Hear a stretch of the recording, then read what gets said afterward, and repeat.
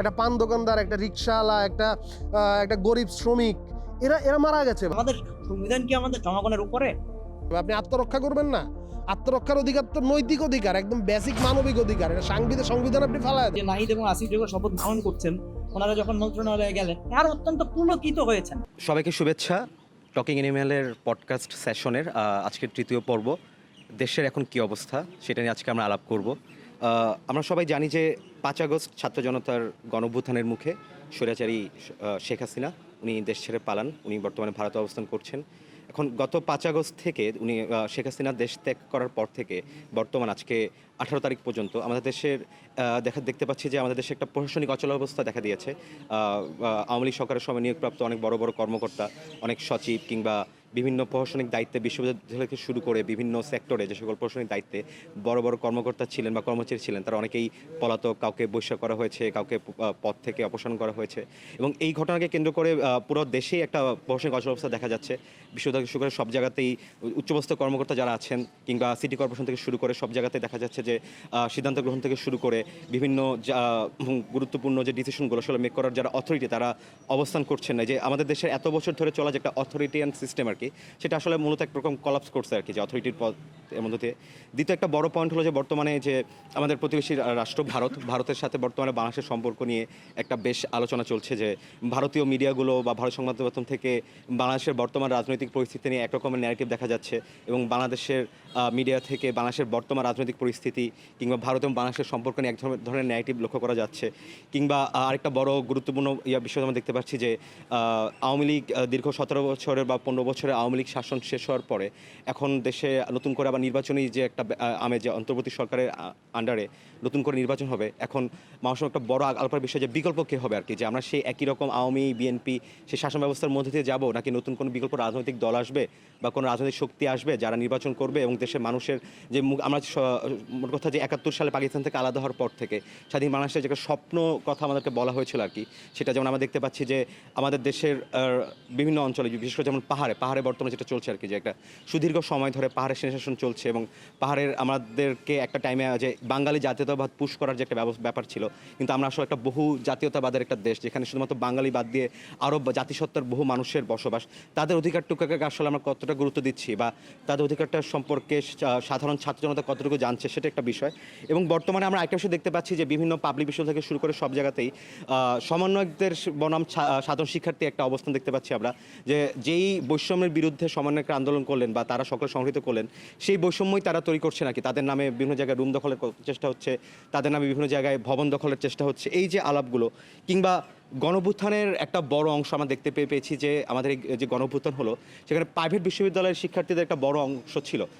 ব্র্যাক বিশ্ববিদ্যালয়, north south east ওয়েস্টের এই শিক্ষার্থীরা কিন্তু তাদের জীবন বাজি রেখে কিংবা তারাও রাজপথে তাদের জীবন দিয়ে হোক তারা আন্দোলন করেছে। বাট আন্দোলন পরে দেখছি যে যখন শিক্ষার্থীদের থেকে বিভিন্ন নীতি নির্ধারণের ক্ষেত্রে বর্তমান সরকারের কাছে বিভিন্ন দাবি দেওয়া পাঠানো হচ্ছে, সেখানে প্রাইভেট বিশ্ববিদ্যালয়ে ব্রাত্য কিনা বা তাদের আসলে কত কথা শোনা হচ্ছে, কিংবা শুধুমাত্র শিক্ষার্থী বা আন্দোলন এটা না, এখানে রিক্সাওয়ালা থেকে শুরু করে শ্রমিক থেকে শুরু করে সাধারণ জনগণ অনেকেই তাদের এখানে মত ছিল যে সরকার পতনের ক্ষেত্রে। এখন যখন নতুন করে দেশের নীতি নির্ধারণ করা হচ্ছে কিংবা সংবিধান পরিবর্তন আলাপ আসছে, সেখানে তাদের আলাপ কতটুকু নেওয়া হচ্ছে বা তাদের মতামতের কত গুরুত্ব দেওয়া হচ্ছে। এবং সর্বশেষ আমি যেটা নিয়ে বলতে যাচ্ছি যে এই যে আমাদের দেশের প্রশাসনিক অচলাবস্থা, তাতে দেখা যাচ্ছে যে বিভিন্ন জায়গায় শিক্ষার্থীরা বাজার মনিটরিং করছেন, শিক্ষার্থীরা ট্রাফিক কন্ট্রোল করছেন, এটা ভালো জিনিস। বাট এই নামে যে একটা মরাল পুলিশিংয়ের ব্যাপার বলছি কিংবা মানুষকে নিয়ন্ত্রণ করা যায়, দেখা গেল কদিন আগে ঘটনা দেখলাম যে সিলেট এরকম একটা হোটেলে গিয়ে প্রাপ্তবয়স্ক যেজন ব্যক্তিকে শিক্ষার্থীরা তাদেরকে বলছে যে আপনারা এই হোটেলে কী করছেন বা এখানে কী আসছে। এই যে শিক্ষার্থীরা মানুষের সাথে আইন তুলে নিচ্ছে, কিংবা ধানমন্ডি 32-এ বঙ্গবন্ধুর ইয়াতে ফুল দিতে যাওয়ার সময় শিক্ষার্থীরাই বা আন্দোলনকারীরাই বা সমন্বয়ক যাই হোক, তারাই হলো যে মানুষের ফোন চেক করতেছে, যাকে সন্দেহ হচ্ছে তার ফোন ইয়ে করতেছে। তো এই যে টোটাল বিষয় নিয়ে আসলে আমরা এখন আসলে আজকে আমাদের আলাপের বিষয় যে দেশের এখন কি অবস্থা। এখানে অনেকগুলো প্রসঙ্গ আসছে, আবার সবগুলো প্রসঙ্গই করতে একসাথে গাথা।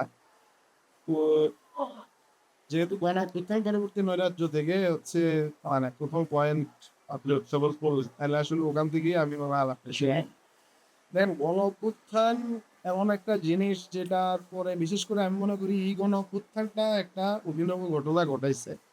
সেটা হইলো যে এই গণ অভ্যুত্থান শুধু যে রাষ্ট্রীয় কাঠামো ও রাষ্ট্রীয় ক্ষমতা কাঠামো কি ভেঙে ফেলছে সেটা কিন্তু শুধু না, এই গণ অভ্যুত্থান একই সময়ে পুরনো যে রাজনৈতিক কাঠামো, সেই রাজনৈতিক কাঠামোর বলয়ের অধীনে থেকে গণ অভ্যুত্থান করে নাই। এই গণ অভ্যুত্থান রাজনৈতিক কাঠামোর বাইরে এক ধরনের শক্তি। রাজনীতিবিদরা ছিলেন, তারা পরামর্শ দিয়েছেন, তারা সহযোগিতা করেছেন, তারা অনেক সময় পাশে এসে সংহতি জানিয়েছেন, কিন্তু মোটা দাগে ছাত্ররা গণ অভ্যুত্থানটাকে কিন্তু ওই আহ, এবং জনতা, শুধু ছাত্ররা না, ছাত্র জনতা এই গণ অভ্যুত্থানটাকে পুরোনো রাজনৈতিক কাঠামোর বাইরে গিয়ে করেছে। যেটা আমরা দেখি যে ইতিহাসে ফরাসি বিপ্লবে কিছু ক্লাব ছিল, কিছু গোষ্ঠী ছিল, কিন্তু ওইভাবে সংহত রাজনৈতিক সংগঠন, সংহত রাজনৈতিক নিয়ন্ত্রণ ছিল না।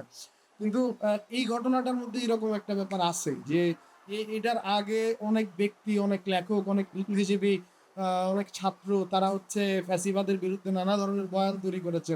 আমরা এই আন্দোলনে নানাভাবে সেই ধরনের বয়ানকে সক্রিয় হয়ে উঠতে দেখেছি। কিন্তু আহ, এই ফরাসি বিপ্লবের পরে যে ধরনের প্রয়োজনীয়তা পশ্চিমে অনুভূত হয়েছে যে রাজনৈতিক দল গঠন দরকার, সেই জায়গা থেকে রাজনৈতিক দল আমাদের এখানে গঠন হয়েছে। আমাদের এখানে যারা প্রতিষ্ঠিত রাজনৈতিক দল বেশিরভাগই উপনিবেশিক সময় অথবা উপনিবেশিক কাঠামোতে তৈরি। তো সেই তাদের নেতৃত্ব ৭০ গণ অভ্যুত্থান, ৯১ গণ অভ্যুত্থান হয়েছে, কিন্তু এই গণ অভ্যুত্থানটা কিন্তু তাদের নেতৃত্বে হয়নি। তারা অনেক চেষ্টা করেছে এই গণ অভ্যুত্থানের আগে, কিন্তু তাদের কোনো চেষ্টাই সফল হয়। তারা অনেক চেষ্টা করেছে, অনেক আত্মত্যাগ করেছে, তাদের কর্মীরা গুলি খেয়েছে। আপনি বিএনপি বলেন, জামাত বলেন, বা হচ্ছে যে এই সশস্ত্র বামপন্থী সংগঠনগুলো বলেন, এদের উপরে নানা ধরনের অত্যাচার নিপীড়ন এই সরকার করেছে, বিচার বহির্ভূতভাবে অনেক হত্যা করেছে। কিন্তু এরা কিন্তু কেউই আপনার আহ, এদের কোনো আত্মত্যাগই, আমি মনে করি না কোনো আত্মত্যাগ বৃথা যায়, কিন্তু এদের কোনো প্রচেষ্টাই একটা অভ্যুত্থান ঘটাতে পারেনি, এটাও সত্যি।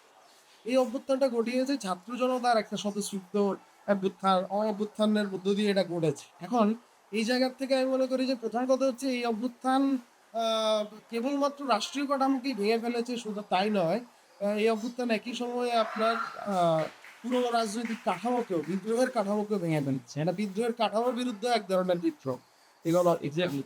হ্যাঁ, এটা হচ্ছে আমি মনে করি এটা একটা গুরুত্বপূর্ণ পয়েন্ট। আরেকটা ব্যাপার আপনাদেরকে আমি আমি যেটা বলতে চাই যে এখানে আপনি দেখেন যে, এবং এটার উদাহরণে আপনি যান যে ধরেন জাহাঙ্গীরনগর, ঢাকা বিশ্ববিদ্যালয়, মানে এই অভ্যুত্থানের ঘটনাক্রম যদি আমি বলি, যে ঢাকা বিশ্ববিদ্যালয়ের ছাত্ররা যখন নিজেদেরকে রাজাকার, তুমিকে আমিকে রাজাকার রাজাকার এই স্লোগান দিচ্ছে, এটা কিন্তু বাংলাদেশের ছাত্র সমাজের আওয়ামী লীগের বয়ানের সাথে এক ধরনের মরিয়া বিচ্ছেদ। ঠিক আছে, আপনি দেখেন যে যেমন আমি আমার জাহাঙ্গীরনগরে একটা আন্দোলনের অভিজ্ঞতা বলি যে 2019 সালের 5 নভেম্বর ছাত্রলীগ এখানে ঝাঁপিয়ে পড়ে ছাত্রদের উপরে এবং সবাইকে দেদারসে শিবির বলে হচ্ছে পেটাতে শুরু করে। ঠিক আছে, রাজাকার বলে পেটাতে শুরু করে। এখন এখানে তো অনেক বামপন্থী চিন্তাধারার মানুষ ছিলেন, অনেক কোনো সংগঠন না করা প্রতিবাদী একটা চেতনার জায়গা থেকে সাংস্কৃতিক কর্মীরা ছিলেন, তাদের উপরে, সবার উপরে, এবং শিবির বলেই কি কাউকে গুলি করা যায়? এটাও একটা গুরুত্বপূর্ণ প্রশ্ন ছিল। তো এখন এই জায়গা থেকে ছাত্রলীগ কিন্তু এই ট্যাগিং দিয়ে, এই বয়ান দিয়ে কিন্তু হচ্ছে হামলা করে এসেছে।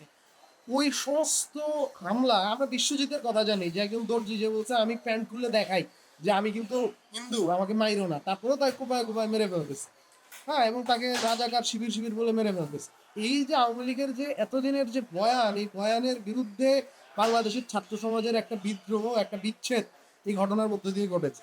এবং এটার সাথে আরেকটা জিনিসও ঘটেছে, সেটা হচ্ছে যে যে আমরা দেখেছি ঢাকা বিশ্ববিদ্যালয় জগন্নাথ হলে ছাত্রলীগের নিপীড়কদেরকে ছাত্ররা বের করে দিয়েছে। আমরা জানি জগন্নাথ হল অমুসলিম ছাত্রদেরও।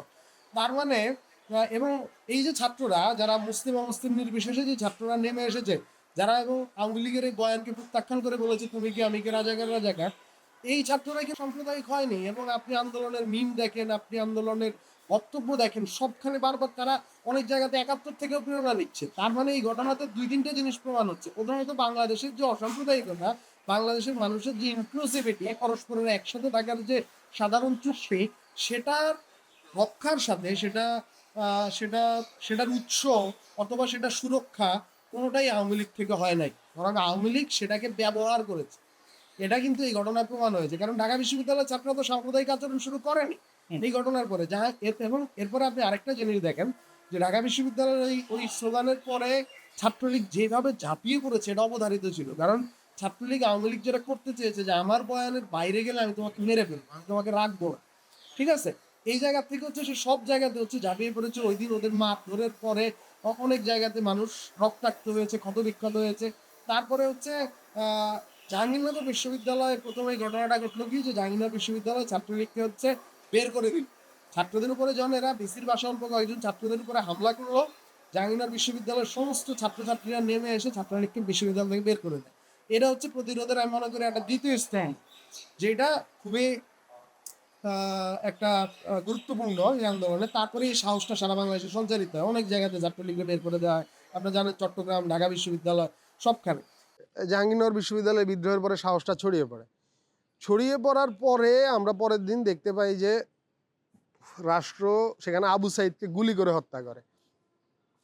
অর্থাৎ এইবার হচ্ছে যে আমরা এই গেমের এর পরের বসের কাছে যাচ্ছি আর কি। ছাত্রলীগকে পরাজিত করে দেওয়ার পরে গেমের নেক্সট বস, হ্যাঁ, পুলিশ এসে হাজির হয় এবং পুলিশ হচ্ছে এসে ইসের উপরে যে আপনার গুলি করে ছাত্রদের উপর। একদিনে 6 জন মারা যায় এবং এর মধ্যে আবু সাইদের যে মৃত্যু, এটা পৃথিবীর ইতিহাসে একটা অন্যতম আইকনিক মৃত্যু আর কি। একজন যুবক, সে বুক পেতে দাঁড়িয়ে আছে এবং তার উপরে গুলি হচ্ছে। হ্যাঁ, তো এইটার পরে দেখেন, এই ঘটনাটার পরে, এই মৃত্যুর পরেও কিন্তু রাষ্ট্র নমনীয় হয়নি। হ্যাঁ, রাষ্ট্র নমনীয় হয়নি।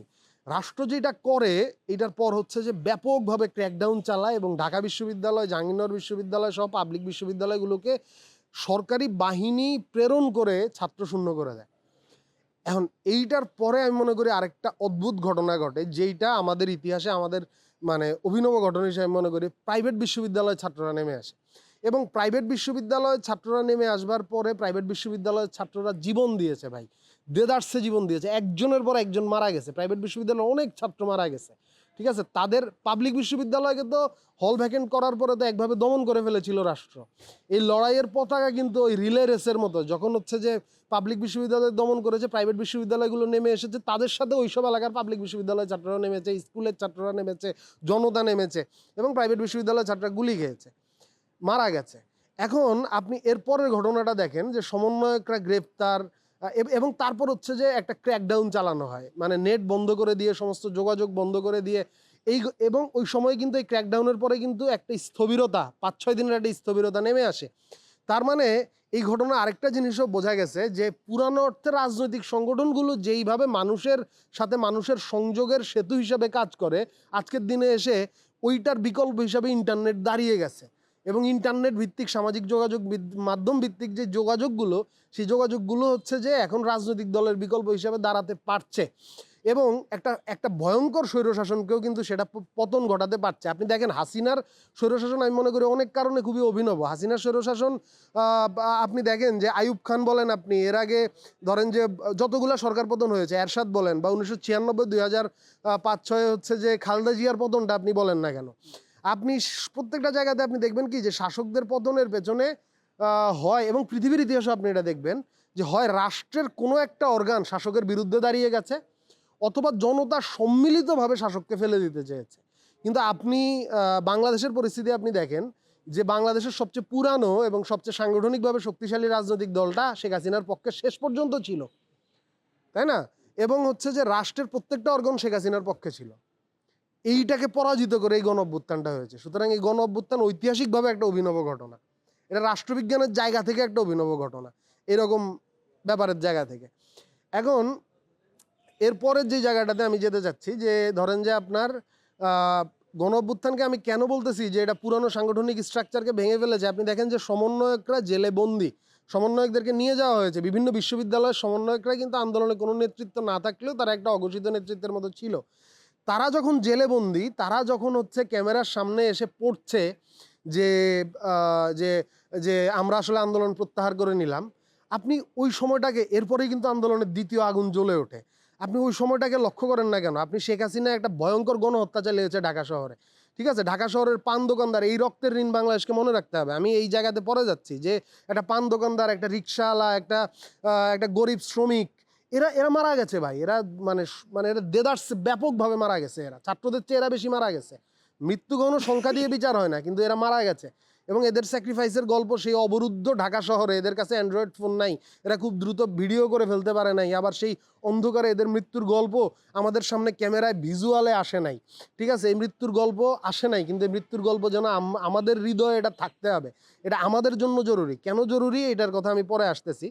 এখন এটার থেকে হচ্ছে আমি নেক্সট জায়গাতে যেটা যাচ্ছি, যে সমন্বয়করা আপনার বলছে যে মানে এইভাবে একটা গণহত্যা চালিয়ে শেখ হাসিনা দেশকে দমন করে দিয়েছে এবং এদের সংগঠনের যে সুতো ইন্টারনেট সেটাও একভাবে তারা ধ্বংস করে দেশকে একটা আর কোনো কর্মসূচি নাই, রাস্তায় আর কেউ নাই, সেনাবাহিনী নামিয়ে এরকম একটা পরিস্থিতি তৈরি করেছে। এর আগে ছাত্ররা পুলিশকেও পরাজিত করেছে, বিডিআরকেও বিজিবিকেও পরাজিত করেছে। সেইটার পরে হচ্ছে যে আপনার পথে আসছে যে আপনার সেনাবাহিনী, এবং সেনাবাহিনীর কাছে আপনি সহজ কথা বোঝেন, সেনাবাহিনীর কাছে অটোমেটিক মেশিন আছে। এবং আপনি দেখেন যে একটা স্বরাষ্ট্রমন্ত্রীর সাথে একটা ভিডিও ভাইরাল হলো যে স্যার একটা বুলেট মারি একটা মরে তারপর আর কেউ আসে না আর কি, ঠিক আছে। কারণ সেনাবাহিনী নেমেছে অটোমেটিক মেশিন নিয়ে, যে একটা চাপে গোটা ম্যাগজিন খালি হয়ে যাবে, অন্তত 50 জন 100 জনের লাশ পড়ে যাবে 1 মিনিটে। এইটা দিয়ে তারপরেও দমানো যায় নাই, তারপরেও একদিন নেমেছে, কারফিউ ভেঙে দিয়েছে মানুষ, তারপরে দ্বিতীয় দিন গিয়ে হচ্ছে যে আপনার দেশে একটা পরিস্থিতি ইন্টারনেট না থাকার কারণে আমি মনে করি যে তৈরি করতে পেরেছে, যে কেউ সংগঠিত হতে পারছে না। এরপরে যখন সমন্বয়কদেরকে আনা হইলো, সমন্বয়করা যখন হচ্ছে যে আপনার স্বীকার করলো, মানে সমন্বয়করা যখন বললো যে আমরা কর্মসূচি ফেরত নিচ্ছি, ওই সময়ের ফেসবুক স্ট্যাটাসগুলো এই আন্দোলনকে বোঝার জন্য আমি মনে করি সবচেয়ে জরুরি। লক্ষ লক্ষ ছাত্র জনতা ফেসবুকে স্ট্যাটাস দিয়েছে যে এক সমন্বয়ক নাই, আমি সমন্বয়ক, তুমি কে আমি কে, সমন্বয়ক সমন্বয়ক, এবং এই সমন্বয়ক যদি আমার সাথে বেইমানি করে কোনো সমস্যা নাই, আমি সমন্বয়ক হয়ে যাব এবং আমরা রাস্তায় থাকবো ভাই, ঠিক আছে। এই ফেসবুক স্ট্যাটাস হচ্ছে এই আন্দোলনের ইতিহাসকে বর্ণনার ক্ষেত্রে খুবই জরুরি একটা ঘটনা। আচ্ছা, এরপরে আপনি দেখেন, এবং ইন দি মিন টাইম এই আন্দোলনে নারীদের অংশগ্রহণ, সেটা এই আন্দোলনে বাংলাদেশের ইতিহাসে খুবই অভিনব একটা ঘটনা, যেটা এর আগে ঘটে নাই।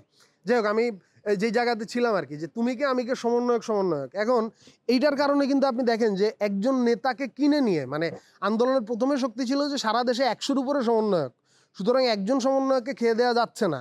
তারপরে যখন পরিচিত সমন্বয়ক সবাইকে হচ্ছে দিয়ে এরকম একটা বিবৃতি দেওয়ানো হইলো, তারপরে কি হইলো, অন্য সমন্বয়করা কিন্তু আর কিছু বলতে পারছে না, বা কি বলবে তারা বুঝতে পারছে না।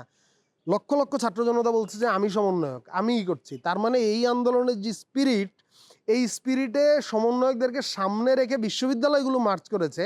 কিন্তু এরপরে যখন এই আন্দোলন ছাত্র জনতার আন্দোলনে পরিণত হয়েছে, তখন কিন্তু এখানে এই আন্দোলন আপনার মনে করেন যে একদম পুরনো প্রথাগত যে ঐতিহাসিক কাঠামো, এটা খালি যে আধুনিক যুগের কাঠামো তা না, সমস্ত ঐতিহাসিক কাঠামোকে ভেঙে ফেলেছে আর কি, এবং ব্যাপকভাবে জনতা নেমে এসেছে।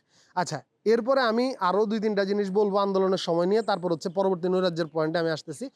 আরেকটা জিনিস হচ্ছে যে যেদিন শেখ হাসিনার পতন ঘটে তার আগের দিন, সেদিনও শেখ হাসিনা পদত্যাগ করেছে, তারপরেও ঢাকা শহরে গুলি হয়েছে, ঠিক আছে। তারপরেও ঢাকা শহরে গুলি হয়েছে, সাভারে গুলি হয়েছে, সাভারে এমপি সাইফুলের লোকজন 40টার বেশি লাশ ফেলেছে, পত্রিকার প্রতিবেদন এসেছে 2-3 দিন আগে।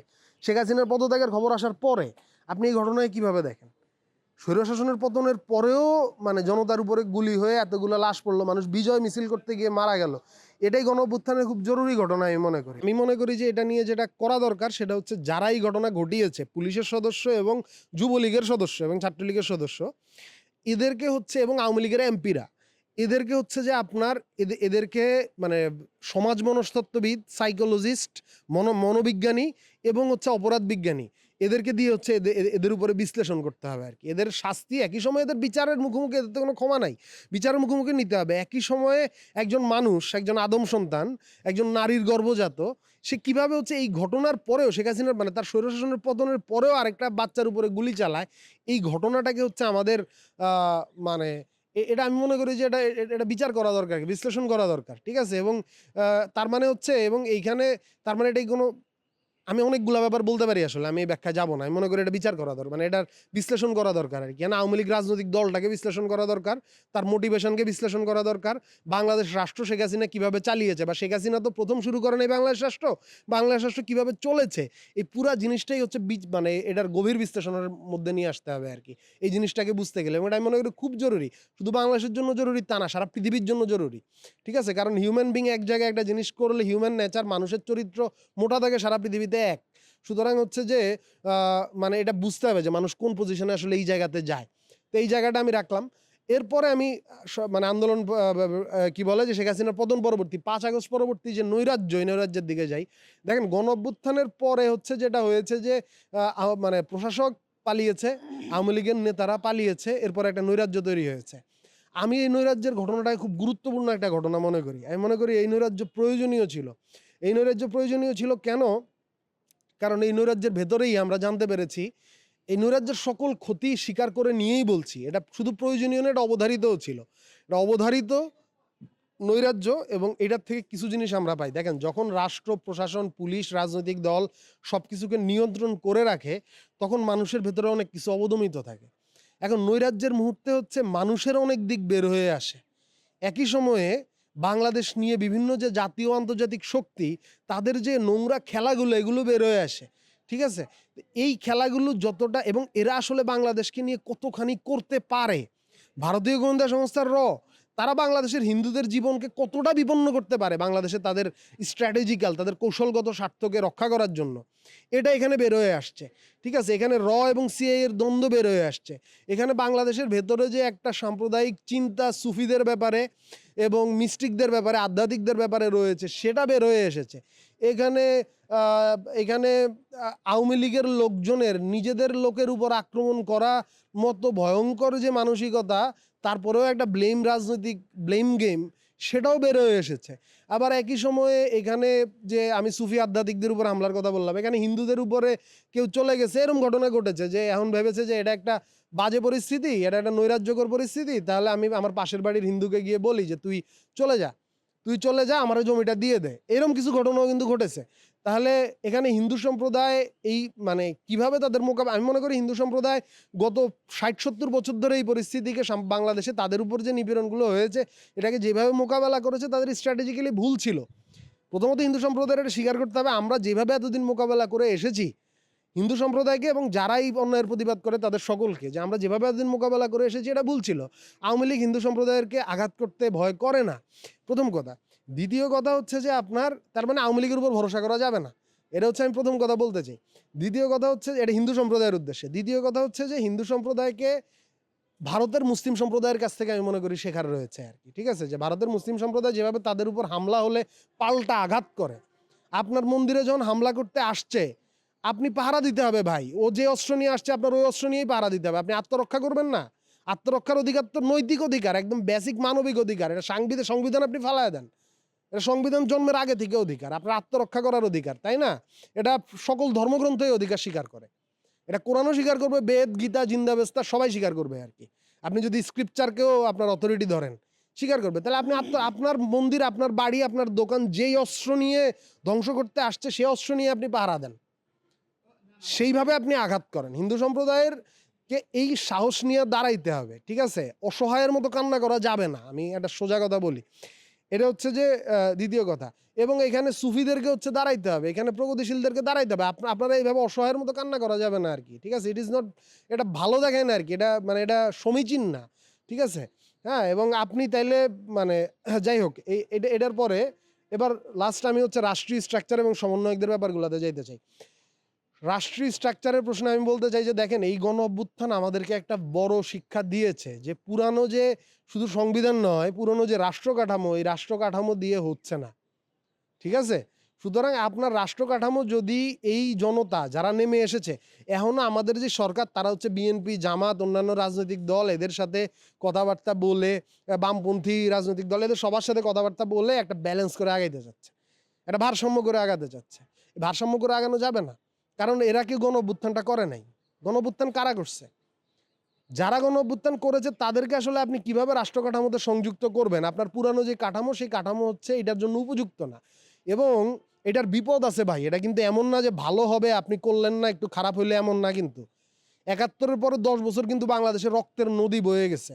সুতরাং আপনি যদি এখন মানুষকে এই গণ অভ্যুত্থানের চেতনাকে ধারণ না করেন এবং ওই জনতাকে কিভাবে ইনক্লুসিভ কিভাবে এটার রাষ্ট্রের প্রক্রিয়ার সাথে সংযুক্ত করতে হবে, সেই প্রক্রিয়াতে যদি আপনি না যান, আপনি দেখেন শ্রমিকরা হচ্ছে কারখানা পোড়ায় ফেলছে। সালমান এফ রহমানের কারখানা শ্রমিকরা দেয়ারসে সব পোড়ায় ফেলছে গার্মেন্টসে। ঠিক আছে, তাহলে আপনি এখন শ্রমিকের দীর্ঘদিনের ক্ষোভ। আমি গার্মেন্টস এলাকায় গিয়েছিলাম, এক শ্রমিক, বুড়ো শ্রমিক আমাকে জড়ায় ধরে কান্না করে দিছে, বলছে ভাই পুলিশ মারছে, আরও মারুক, এরা যে অত্যাচারটা আমাদের উপরে এখানে করছে ভাই, এত বছর ধরে যে অত্যাচারটা করছে, তাহলে পুলিশ শিল্পাঞ্চলে একই রকম আইনি ক্ষমতা নিয়ে, একই রকম ক্ষমতা নিয়ে চলে যাবে। আপনি শ্রমিকদের এরপরেও কোনো এজেন্সি থাকবে না, আপনি এবং শ্রমিকরা দেদারসে মারা গেছে, আপনি মানে এটা আপনি করতে পারেন, করতে চান? মানে আপনি এই প্রক্রিয়াতে গেলে আপনি মনে করেন যে নতুন রাষ্ট্র আপনি গঠন করতে পারবেন? এই প্রক্রিয়াতে আপনি গেলে এরপরে আরো বড় রক্তপাত আপনার দেখতে হবে। আমি করবো এটা, মানে আমি বলতেছি যে এই রক্তপাত আপনার ইতিহাসের নিয়মেই দেখতে হবে আর কি, কারণ এদের মধ্যে এখন রক্তের নেশা। আর শেষ কথা আমি যেটা বলতে চাই যে দেখেন, সমন্বয়কদের উদ্দেশ্যে এটা আমি বলতে চাই যে সমন্বয়কদের ব্যাপারে অনেক রকম কথা আসছে। সমন্বয়করা, কেন্দ্রীয় সমন্বয়করা 165 জন সমন্বয়কের মধ্যে 60 জনের বেশি ঢাকা বিশ্ববিদ্যালয়ের। তো প্রাইভেটের যে এতগুলা ছেলে জীবন দিল, রক্ত দিল, স্ট্র্যাটেজিক্যালি ভূমিকা রাখলো, আপনি এদের সবাইরে খায়া দিবেন, মাইনাস করে দিবেন, হ্যাঁ, এবং হচ্ছে অন্যান্য বিশ্ববিদ্যালয়ের ইগুলাকে মাইনাস করে দিবেন, জেলা ভিত্তিক নেতাদেরকে আপনি খায়া দিবেন।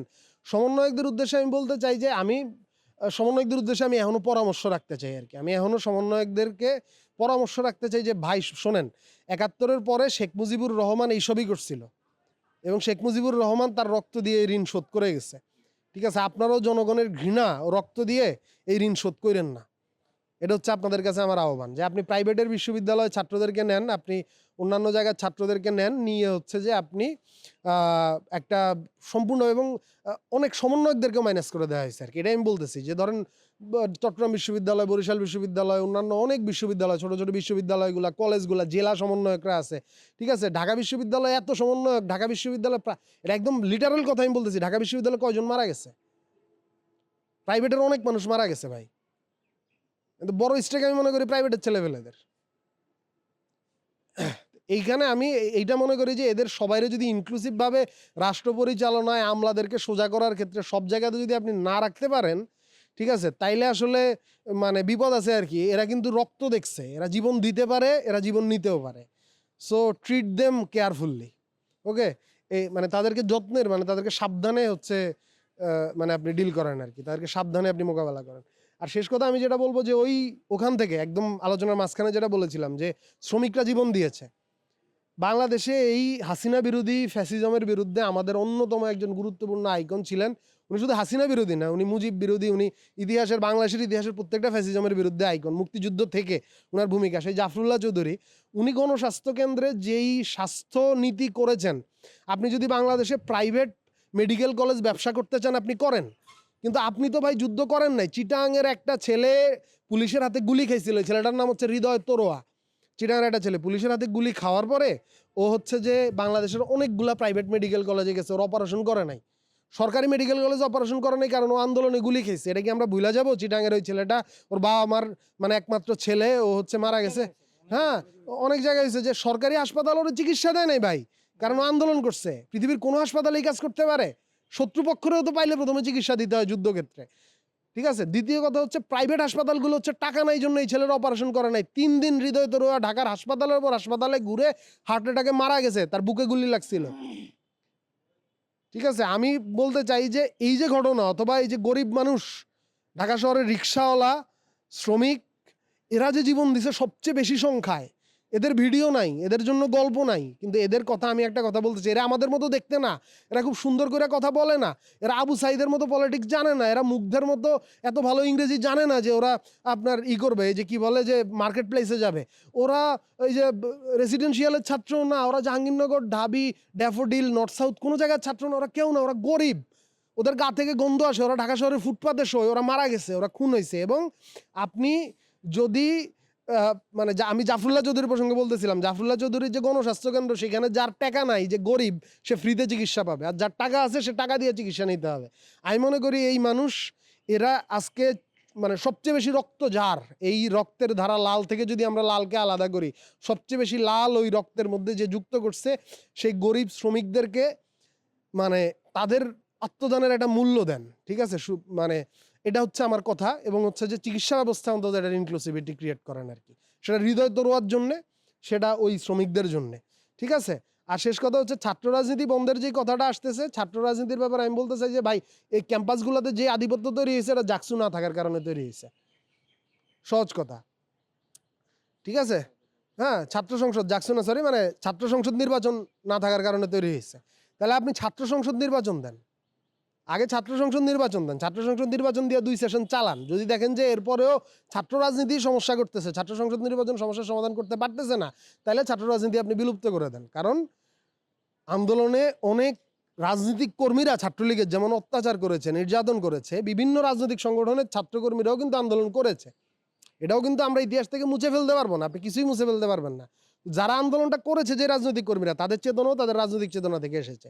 সুতরাং আপনি আগে ছাত্র সংসদ নির্বাচনটা দেন, তারপরে যদি সমাধান না হয় তার ছাত্র রাজনীতি নিষিদ্ধ করে দেন, এটা আগে দেখেন। আর ইন দি মিন টাইম আমি এটাও মনে করি যে আসলে জগতে কোনো রাজনীতি নিষিদ্ধ করা যায় না, একটা ঘোষণা দেওয়া যায়, মানুষ ওই ব্যানারটা ইউজ করে না, কিন্তু যার যেই রাজনীতি সে সেটা করেই। তাই মনে করি ব্যাপারটা নিয়ে আমাদের আরো ভাববার জায়গা আছে আর কি। আমি আসলে ওই প্রশ্নের যেমন আসলে ওটা ইলাবোরেটলি আলোচনা হয়েছে এবং মানে অনেক চমৎকার পয়েন্ট আমরা আসলে ওখান থেকে পেয়েছি, সেটা নিয়ে আলাদা করে পরে আলোচনা করা যেতে পারে। আমি আসলে যেটা বলতে চাইবো সেটা হচ্ছে এখন আসলে একটা প্রশ্ন খুব ইম্পর্টেন্ট হয়ে উঠেছে আমাদের এখন, সেটা হচ্ছে সংস্কার এবং বিপ্লবের যে আলাপ।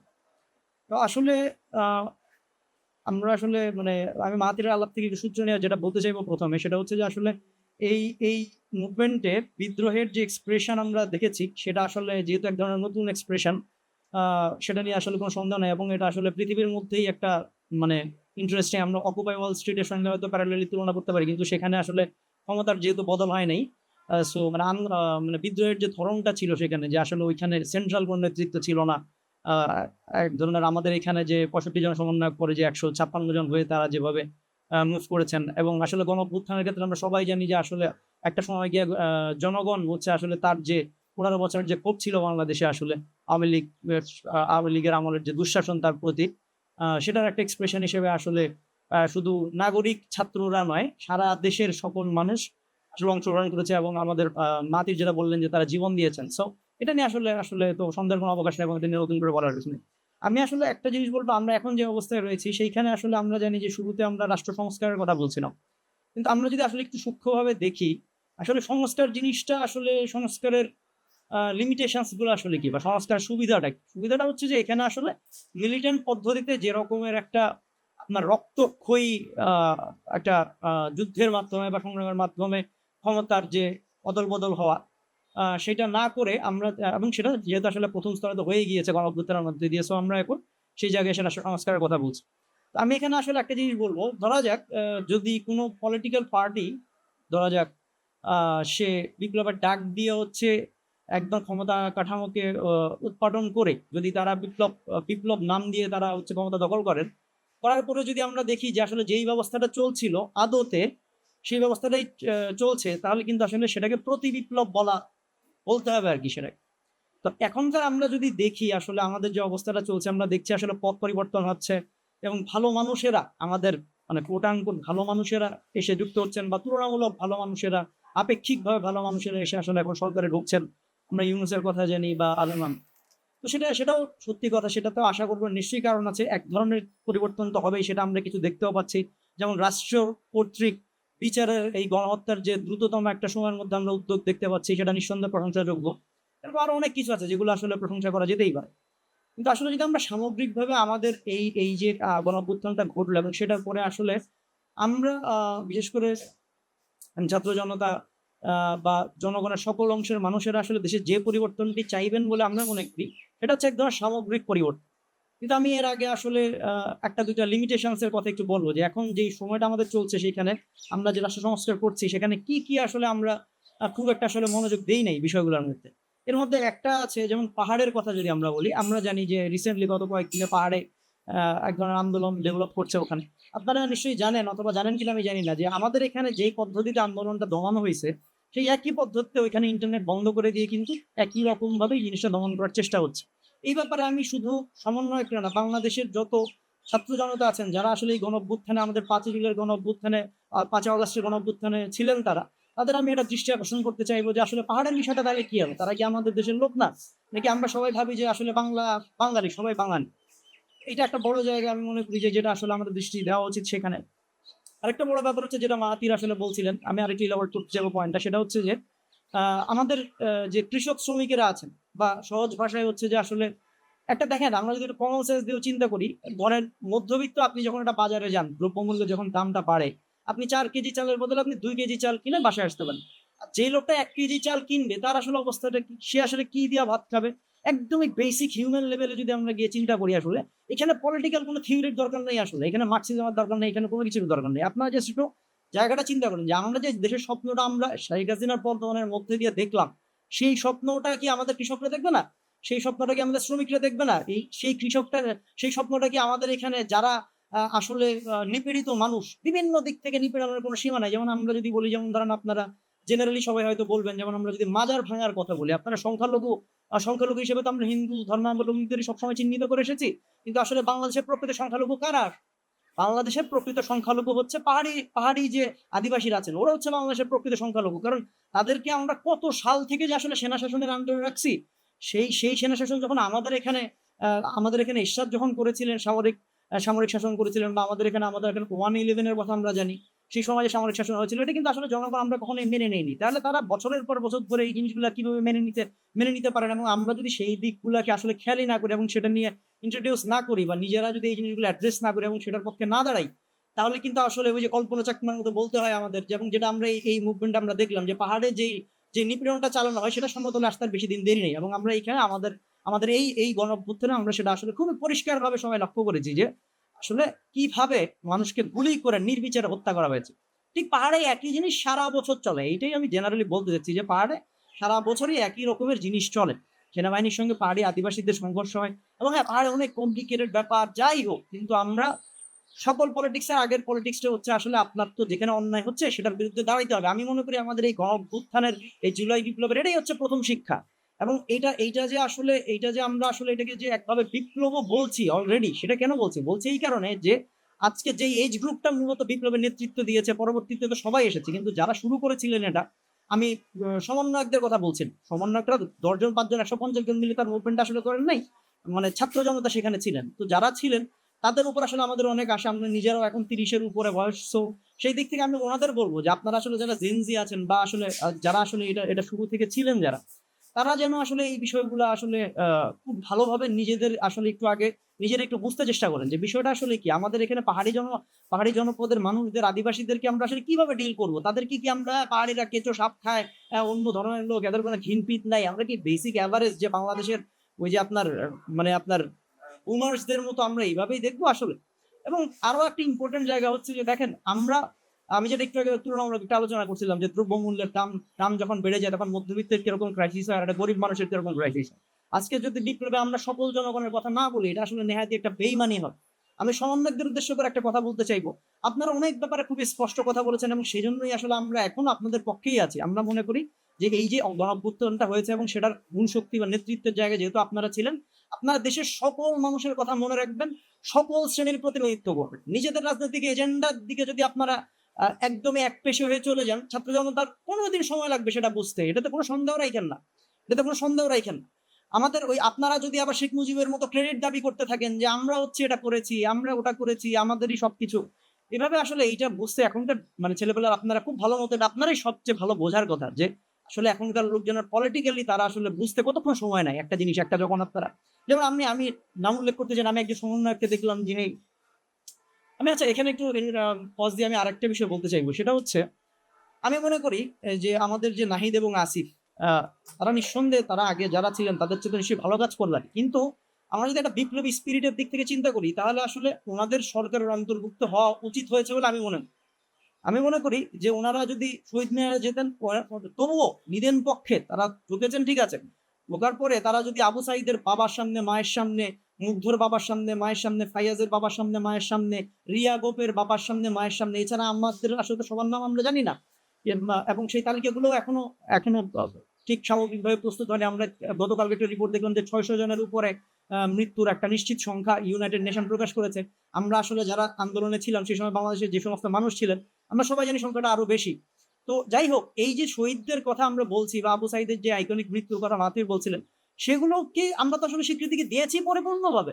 আমরা তো সেই স্ট্রাকচারের মধ্যেই ঢুকলাম, সেই চুপপুর কাছে গিয়েই আমরা শপথ করলাম, এবং এখনো আমরা চুপপুর অধীনেই আছি। এই যদি আমরা ব্যবস্থার কথা চিন্তা করি, তাহলে আসলে দেখা যাবে চুপপুই এই ব্যবস্থার প্রধান। আমরা কি আসলে আশা করতে পারি, আমি জনগণের উদ্দেশ্যে বলবো, ছাত্র জনতার উদ্দেশ্যে বলছি, যে আমরা কি আশা করতে পারি যে চোপ্প রাষ্ট্রপতি থাকা অবস্থায় আমরা একটা আমূল বদল আসলে এই দেশে ঘটাইতে পারবো? আমি তা মনে করি না সেটা আসলে করা সম্ভব। সেই দিক থেকে আসলে আমি মনে করি না আমাদের লড়াই আসলে শেষ হয়েছে। আমাদের এই লড়াইটা জারি রাখতে হবে। ক্ষমতাকে যতক্ষণ প্রশ্ন করা হয় ততক্ষণই ক্ষমতা আসলে জনগণের পক্ষে থাকে।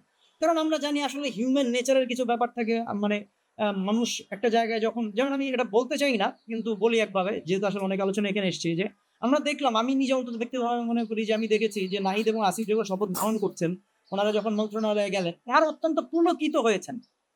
এই বিষয়টা খুবই সূক্ষ্ম বিষয়, কিন্তু এটা কিন্তু আসলে আমাদের একটু অ্যাড্রেস করা উচিত। এত পুলকিত হওয়ার তো কিছু নাই, এত পুলকিত হওয়ার কিছু নাই। ওনারা নিজেরাই বলছেন যে আমরা আমাদের মুভমেন্টের গণ-অভ্যুত্থানের বিপ্লবের প্রথম পর্যায়ে আমরা জয়ী হয়েছি। মেইন জিনিসটি আমাদের হয়নি। আমরা জানি যে বিপ্লবের পরেই বিপ্লবের মেইন কাজটা শুরু হয়। সেই জায়গায় সেই জায়গায় ওনাদের যে পুলক বোধ করা, ওনারা যদি মনে করে, আমি মনে করি না ওনারা পলিটিক্যালি এতটা কম বোঝেন যে ওনারা ২ জন গিয়ে দেশের একটা আমূল বদল করে ফেলবেন, এটা ওনারা মনে করেছিলেন। যাই হোক, আমি আসলে সবসময় আমাদের সম্ভাবনার দিকেই তাকাইতে হবে। আমি মনে করি যে আসলে রাজনীতির মেইন জায়গাটাই এটা, যে আমাদের আসলে সম্ভাবনার দিকে তাকাইতে হবে। সবসময় আমরা যদি একটা একটা রিঅ্যাকশনের পজিশনে চলে যাই, যেটা আমরা আগে আসলে গিয়েছিলাম, যে ধরা যাক ফেসবুকে আমরা কমেন্ট করছি বা এটা সেটা নানান কিছু, কিন্তু আসলে আমাদের অ্যাক্টিভলি, যেটা আমরা গত আসলে ২ মাস ১.৫ মাস ধরে করছি, বাংলাদেশের বেশিরভাগ মানুষ যেটা করছে, আমরা অ্যাক্টিভলি প্রতিরোধ করছি আসলে, সেই জিনিসটাই আমাদের আসলে করে যেতে হবে এবং এবং আমাদের ক্ষমতাকে সবসময় প্রশ্নের মুখে রাখতে হবে। ছাত্ররা এখন যেভাবে আসলে ট্রাফিক কন্ট্রোল তারা পরিচালনা, এবং আমরা জানি যে এটা একটা অভূতপূর্ব বিষয় বাংলাদেশের। এবং এই যে বিপ্লবের কথা আমরা যে বলছি, আসলে মানুষ যে অ্যাক্টিভলি সমাজের মধ্যে বিভিন্ন অ্যাক্টিভ ভাবে তার এই প্রতিরোধের ভূমিকা আসলে পালন করেছে, সেই কারণেই আসলে এটাকে বিপ্লব আমরা বলতে চাইছি, বা আমরা চাইছি আসলে এই গণ-অভ্যুত্থানটাকে বিপ্লবের দিকে নিয়ে যেতে, এবং সেটা আমি জানি যে সেটা সবারই কামনা। তো সেই জায়গায় দাঁড়িয়ে আমি যেটা বলতে চাইবো সেটা হচ্ছে যে, দেখেন, পুলিশ যেমন মাঝখানে একটা ফাঁপড়ে পড়ছিল, তারা পড়ার পরে তারা এখন ড্রেস চেঞ্জ করে তারা আসতেছে, কিংবা অনেকেই আমরা জানি যে এর মধ্যে আওয়ামী লীগের লোকজন পালাচ্ছে, বা মূল নেতৃত্ব যারা তারা আসলে এখন এখানে নাই। কিন্তু মূল জিনিসটা হচ্ছে যে আসলে মানুষের যে চেতনার যে কালচারাল যে বিষয়টা থাকে, যে তার চিন্তাগত যে বিপ্লবের কথা যদি আমরা চিন্তা করি, সেটা আসলে অত্যন্ত সময় সাপেক্ষ এবং বিভিন্ন অ্যাক্টিভিটির উপর নির্ভর করে। সেটা শুধুমাত্র একভাবেই আপনি একটা সরকার হাসিনাকে ফেলে দিবেন, তারপরে আপনার দেশের সব মানুষ একদমই প্রগতিশীল ধারায় বা সকল মানুষের জায়গা থেকে চিন্তা করা শুরু করবে, আসলে সেটা মোটেও সেরকম হয় না, ঘটে না ভীষণ। সেই জায়গায় আসলে আমার যেটা কথা সেটা হচ্ছে যে আহ, আমরা যদি আসলে ট্রাফিক পুলিশ কন্ট্রোল করতে চাই, সেটা যেমন একটা খুবই স্যালুট দেওয়ার মতো ব্যাপার। নিঃসন্দেহে আমাদের আসলে তাহলে অ্যাক্টিভলি শ্রমিকদের সঙ্গে গিয়ে আমরা কথা বলি, আমরা অ্যাক্টিভলি কৃষকদের সঙ্গে, এই যে আজকে আমরা বাজারে যাচ্ছি, বাজারে গিয়ে আমরা আমাদের ঢাকা শহরের বাজার বা সারা দেশের বিভিন্ন বাজারে গিয়ে আমরা আমাদের দ্রব্যমূল্যের নিশ্চয়তা, দ্রব্যমূল্যের যেন ঊর্ধ্বগতি না হয় সেটা নিশ্চিত করতে চাইছি। আমরা তাহলে কৃষকের কাছে যাচ্ছি না, কারণ যে কৃষক আসলে কত ঠকে এটা আমরা তো কম বেশি সবাই জানি। আমরা সেখানে গিয়ে ওটা নিশ্চিত করার একটু চেষ্টা করি, এবং আপনারা নিশ্চিত থাকেন যে বাংলাদেশে এখনো যে পলিটিক্যাল পরিস্থিতি, সেইখানে আসলে যদি ধরা যাক ১ বছর পরে নির্বাচন হয়, বা যতদিন পরে নির্বাচন হোক, এবং আপনার এটাও নিশ্চিত থাকতে পারেন যে এখন থেকে ৩ থেকে ৬ মাসের মধ্যে বিএনপি জামাত বা যে ডানপন্থী শক্তিরা আছে, ওনারা নির্বাচনের জন্য উঠে পড়ে রাখবেন, এবং এর মধ্যে কোট আনকোট সংস্কারেরও খুব একটা কাজ আসলে করে ওঠা যাবে না, গুণগতভাবে খুব একটা কিছু করে ফেলা সম্ভব না এই ৩-৬ মাসের মধ্যে আসলে। সেটার জন্য কিন্তু ফাইটের জন্য রেডি থাকেন অলরেডি। আমরা বিএনপি বিরোধী না, আমরা আওয়ামী লীগ বিরোধী আসলে কখনো ছিলাম। মূল বিষয়টা হচ্ছে, আমি যখন সাদা চোখে, আমার চর্ম চোখে একটা বাস্তব এক্সিস্টেন্সে আমি যখন বাংলাদেশের মানুষ হিসেবে বসবাস করি, তখন আমি তো দেখি, এই যে আমাদের মাহাতির বলছিলেন যে আমরা তো দেখি, আপনি তো ঢাকা শহরে যারা চলেন, বাংলাদেশের যে কোনো জায়গায় আপনি দেখেন না, রাস্তার মধ্যে কারা শুয়ে থাকে দেখেন না, আপনি তাদের ব্যাপারে কিছুই বলবেন না, তা আপনার বিপ্লব হবে আবার? তাহলে তো এটা ভাই মধ্যবিত্তদের বিপ্লব হবে, এবং ওই মধ্যবিত্তদের বিপ্লব বেশি দিন থাকে না। সেটা ৯০-এও হয়েছিল, সবাই আশা করছিল আমূল বদলে যাবে। হ্যাঁ, ওই যে আপনার সামরিক শাসনের পতন হয়েছে, এখন আমূল বদলে যাবে, সবকিছু আসলে বদলায়নি। কেন বদলায়নি? কারণ ওই যে একইভাবেই বিএনপি আওয়ামী লীগের শাসন চলছে, তারা তাদের ৭১ সাল থেকে যেটা চালাইছে, ওটারই একটা এক্সটেন্ডেড ভার্সন তারা ৯০ থেকে শুরু করছে। প্রথম ১-২ বছর সোজা ছিল তারা, তারপরে আবার দেখেন আওয়ামী লীগ থার্ড টাইম যখন ক্ষমতায় আসলো, ৯০-এর পরে বলছি, তখন সেকেন্ড টাইম যখন ক্ষমতায় আসলো, তখন তারা কি করলো? তারা ১৬-১৫ বছর তারা জোর করে ভোট বাদ দিয়ে নির্বাচন বানচাল করে সমস্ত কিছু তারা নিজেদের করায়ত্ত করে সকল জায়গায় নিজেদের লোক বসায় তারা আসলে একটু স্বৈরাচারী পদ্ধতিতে ১৫ বছর ক্ষমতায় থাকুন। তো এই যে পদ্ধতিটার কথা আমরা বলছি, সেই পদ্ধতির দিকে যদি আমরা আসলে সংস্কার না করতে পারি, সেই পদ্ধতির দিকে যদি আমাদের আসলে, এবং সেটা নিশ্চিত থাকেন, সেটা ২-৩ জন নাহিদ আসিফ তারা দুর্দান্ত ভালো লোক, প্রফেসর ইউনূস অনেক ভালো লোক, সেটা তো আমাদের কোনো দ্বিমত নাই। কিন্তু সেই সব জিনিস দিয়ে আঙুল কখন একটা সিস্টেম বদলানো যান, সেই সিস্টেম বদলাইতে গেলে প্রথমত রাজনৈতিকভাবে, এবং দ্বিতীয়ত কালচারাল দিক থেকে আমাদের আগাইতে হবে। এবং সামগ্রিকভাবে আমাদের এখন দেখেন, আমাদের এখন যে পরিস্থিতিটা চলছে দেশের মধ্যে, আমরা দেখতে পাচ্ছি যে অনেক ধরনের আসলে ক্রাইসিস তৈরি হয়েছে, অনেক ধরনের আমরা সাম্প্রদায়িক হামলা দেখলাম, বা সাম্প্রদায়িক হামলা আসলে আমি বলতে চাই না, সেটা আসলে এক ধরনের পলিটিক্যাল ধর্মের রাজনৈতিক ব্যবহার, যেটা বাংলাদেশের ঐতিহাসিক কাল ধরে হয়ে আসছে। বিশেষ করে ৭১-এর পর থেকে আমরা শেখ মুজিবকে দেখবো, জিয়াউর রহমানকে দেখবো পুনর্বাসন করতে বিভিন্ন শক্তিকে আসলে, যাদেরকে হয়তো আমরা প্রতিক্রিয়াশীল শক্তি হিসেবে বলি। তো যাই হোক, মানে মূল কথাটা যেটা আসলে মাতির এখানে লাস্টে আরেকটা কথা বলছিলেন, সেটাও আমি একটু অ্যাড করতে চাইবো যে আসলে একটা দেশে যে এক্সিস্টিং মতামত থাকে, আপনি নিষিদ্ধ করতে পারেন বটে, কিন্তু যেহেতু সে এক্সিস্ট করে, তার মানে তাকে আপনার ডিল করতে হবে। নিষিদ্ধ করা কোনো ডিল করা না। নিষিদ্ধ করার মানে হচ্ছে আমি ডিল করবো না, আমি ডিল করবো না এবং তোমরা যে যেখানে আসেন খুন করে ফেলো। হ্যাঁ, যারা সন্ত্রাসী সংগঠন আছে, যারা হচ্ছে আপনার ধর্মের নামে, যারা হচ্ছে যে একদম ওই আইসিস এর কথা যদি আমি বলি, ওরকম জঙ্গি হামলা বাংলাদেশে আমরা জানি বিএনপি সময় এক সময় 27টা জায়গায় দেশে একযোগে হামলা হয়েছিল, সেরকম জিনিসের ক্ষেত্রে তো এখানে আসলে যারাই আসলে কি মানে হিউম্যান বিং কে যারা হত্যা করবে, হিউম্যান বিং কে যারা ও আচ্ছা ঠিক আছে ও তো অন্য সম্প্রদায়ের, ওরা খুন করে ফেলা, ও আচ্ছা এই মতামতের এই সৌর বাচ্চা তো মানুষই না, আল্লাহর পৃথিবীতে ওর জায়গা নেই, এরকম বলা যাবে না। আমরা যদি দেখেন আরো একটা ইন্টারেস্টিং জিনিস বলি, আমরা যদি পৃথিবীর দিকে তাকাই, মানে আমরা যে ধরিত্রী বলি বা পৃথিবী মাদার নেচার যে আমরা বলি, মাদার নেচার পৃথিবীর সবাইকেই জায়গা দেয়, কিন্তু আমরা দিতে পারি না। আমি বলছি না যে অন্য একারই হাসিনাকে জায়গা দেন, সেটা বলছি না নিশ্চয়ই, কিন্তু আমি বলছি যে এই জিনিসগুলো আসলে অনেক কমপ্লিকেটেড আলোচনা, যে আসলে কোনটা কি অপরাধ। যেমন আমি একটা আনপপুলার অপিনিয়ন বলি, ধরা যাক আমরা ধর্ষণ নিয়ে সবসময় আলাপ করি, কিন্তু আমাদের ইন্টেলেকচুয়ালরাও কি কখনো এটা আলাপ করছে, বা নিশ্চয়ই করেছেন, হয়তো মানে নিশ্চয়ই করেছেন, কিন্তু সেটা তো জনগণের মধ্যে সামগ্রিকভাবে এখন আমরা দেখতে পাই না যে আসলে ধর্ষণ বন্ধ করা যায় কিভাবে, বা ধর্ষণ কেন করে একজন, সেইটার আমরা কতটুকু গভীর অ্যানালাইসিস করি। আমরা তাকে ধরে মারতেছি, নিঃসন্দেহে সবার আগে সেটা প্রতিরোধই করতে হবে, কিন্তু আমি মনে করি আমাদের কালচারাল কর্মী যারা আছেন বা এই সমস্ত বিষয় নিয়ে যারা ভাবেন, এই জিনিসগুলো আরো ভিতরে ঢুকে আমাদের আরো কিছু অ্যানালাইসিস করা দরকার এই বিষয়গুলো নিয়ে। যতগুলো কমপ্লিকেটেড বিষয় আছে আমাদের, ভাই দেখেন পৃথিবীতে আমার তো এটা কাজ না যে একজনকে হচ্ছে খুন করে ফেলাও, একজনকে মেরে ফেলাও, একজনকে ধ্বংস করে দাও, একজনকে ও মানুষই না। মানে আল্লাহও তো, ধরে আমি যদি ইসলাম ধর্ম মতেও বলি, আল্লাহও তো মানুষকে বিচার করবে মৃত্যুর পরে। তো আপনি যে যারা গণহত্যা করছে, হাসিনার মতো লোক যারা বিরাট আকারে মানুষ খুন করছে, যারা আমরা জানি যে হিউম্যান, আমি যখন হিউম্যান লজিক দিয়ে চিন্তা করি, এদেরকে তো কোনোভাবেই নেওয়া যাচ্ছে না, তাদেরকে তো আমরা শাস্তি দিবই, সেটাও কিন্তু নিজের হাতে নেওয়া যাবে না। কারণ শাস্তি যখন আপনি নিজে খুন করবেন, সেই জিনিসের এক্সটেনশন সবসময় চলতে থাকবে। ভেঞ্জেন্স এমন একটা জিনিস, প্রতিশোধ স্প্রে এমন একটা জিনিস, সেটা মানুষ কখনো ভুলতে পারে না। সেটা যেই হোক, আপনি আজকে এই যে আওয়ামী লীগ এত বছর অন্যায় করলো, অত্যাচার করলো, মানুষের উপর জুলুম করলো, আপনি যদি আজকে ধরে বিএনপির লোকরা যেমন, যেটা নির্বাচনের পরে হয়তো তারা আরো ভালোভাবে ভালো ভূমিকা অবতীর্ণ হয়, তারা খুন করবে, সেটা যদি তারা করতে থাকে, আবার যখন তারা ক্ষমতা থেকে যাবে, আওয়ামী লীগ যদি কখনো আসে, তারাও আবার সেই জিনিসই করবে।